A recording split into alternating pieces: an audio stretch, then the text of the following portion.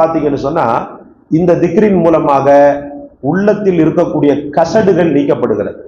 எந்த திக்ருகள் எந்தெந்த திக்ருகள் என்னென்ன சிறப்புகள் உடையதாக இருக்கிறது என்றெல்லாம் நம்ம ஓரளவுக்கு படிச்சிருக்கோம். அதுல பெரிய திக்ராக லா இலாஹ இல்லல்லாஹ்வின் மூலமாக உள்ளத்தின் கசடுகள் என்ன செய்யப்படுகிறது, கழுகப்படுகிறது. அவருடைய உள்ளம் எப்பவுமே இலங்கிக் கொண்டே இருக்கிறது.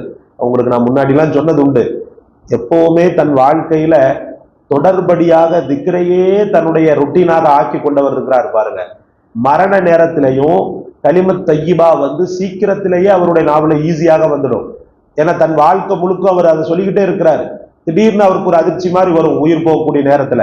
அந்த அதிர்ச்சி வரும்போதே உஷாராய் என்ன பண்ணுவாருண்டா, லா இலாஹ இல்லல்லாஹ் முஹம்மது ரசூலுல்லாஹ்வை சொல்லிடுவாரு. அப்படி இல்லைன்னு சொன்னா சுப்ஹான் அல்லாஹ்வையோ அல்லாஹ் அக்பரையோ சொல்லிடுவாரு. அல்லாஹ் ரப்புல் ஆலமீன் அதனாலதான் இவ்வளவோ பெரிய சிறப்பை வைத்திருக்கிறான். இந்த போன்ற கிதாபுகள்ல நீங்க பாத்தீங்கன்னு சொன்னா